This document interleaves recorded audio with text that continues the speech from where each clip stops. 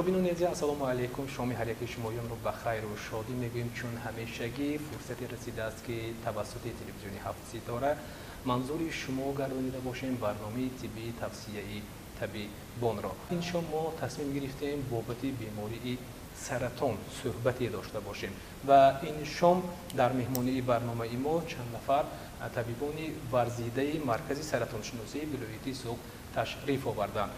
بیماری هایی که در زنها پیدا می شود این باعثی بی‌پروایی خود زنهای ما می شود. حالا در مرکز ما بیش از 812 بیماری که گرفتار سرطان گردن که بچگان هستند در قید می باشند.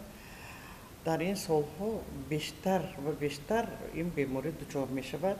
اگر ما پیشتر 20 نفر 18 نفر زن را به قید می گرفتیم، حاضر بیش از 45-50 نفر را به قید می گیریم. بیماری گردن که بچگان بیماری های پیش از سرطانی دارد و کی پیدا می شود؟ این بیماری در وقتی زنها که تولد می کنند خود را باید که رفته به دکتران جایزیست دکتران گینکولوگ از نظر گذارانند. باید اساس چند روز تولید مایل منظورم که گذشت رفته یک بار معاین گذاشتنشون در کار. برای چی معاین میگیم؟ بعد تولد شدن همه گردنی که بچه‌دان آسیب می‌یابد، بسیاری وقت آسیب می‌یابد. بعد این بیماری ها آغاز می شود. چه فرقیت هست معلم تولید یکم فرزند، دوم فرزند، سوم فرزند؟ نه فرقیتش نیست. بعد یکم ممکن شدنش، بعد دوم، سوم تولدم شدنش ممکن است. معالجه این نمود بیماری از چند تا چند روز طول میشه در حالی که بر وقت مراجعت کردن و در حالتی دیر مراجعت کردن به چی می انجامه یا خود با چی می انجامه؟ اگر همین خیلی که من گفتم در سرشوی بیماری پیدا شده جراحت همون زخم گردنی که بچه دام این یک ماه درست میشن بیمار را یک ماه درست میشن. وقتش که این همین یکم درجهش نه دوم سومش بگذشت باید که بستری شوند. تصور کردیم که مادر این بیماری را از سر گذروند، شفا یافت، بعد پس از چند سال فرزندی از اون مادر تولیدی گردید و خوف گرفتار شدن این فرزند هم هست یا نه؟ اگر با گنتیکی مادر پدر فرزندان وابستگی دارند با بسیار بیماری های نسلی میگذرد، گنتیکی میگذرد. بیماری سرطان غدود شیری در جمهوری تاجیکستان جای اول را اشغال میکنند. وابسته مادر شیرمکان هست یا کلانسال است یا اینکه 18 ساله 19 ساله، چون که گفته گذاشتیم بیماران سن سال حاضر و ندارند. پیداشوی آموز در غدودهای شیری اسیمتریه، یعنی که حجم غدود شیری از یکدیگر فرقیت میکنند.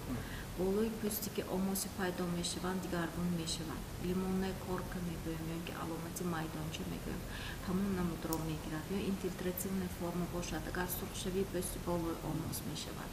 بیماری سرطان غدود شیری بسیاری یکم دوم درجه یگان خیلی درد پیدا نمی کنند. آموز پیدا می شود. طبیبانی خلقی نادرست طبابت می کنند یا اینکه خودسرانه از اینترنت از شبکه‌های اینترنت طبابت یافته خودشان خودسرانه طبابت می کنند. این کارشان نادرست است. باید اگر سرطان غدود شیری یکم دوم درجه به مرکز ما مراجعت کنند، حاضر عصری 21 و 90-99% این بیماری یکم دوم درجه باشد اگر طبابت شونده است. چون که محترمه سلام جنابای میگفتن بابت کیمیودرمانی و من اینجا تشکر زیاد.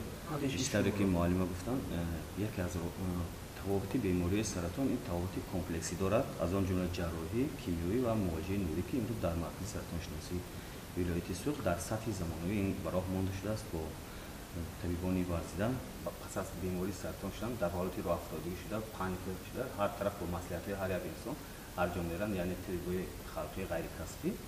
بعد با تعیینات‌های آنها استفاده شیری شیور هست، اینجا قورباغه استفاده می‌برن، اسید داروهای حیوان هست یک نوع مرتکب خطر نمی‌دونیم. بعضی حالات‌ها بخشش پیشاب استفاده می‌برن، یعنی کراتین هم خیلی بین خلق معمول میشه. این چیزها ضررهای خود را دارن، یعنی قابلیت زهرآلود کردن ارگانیسم را دارن.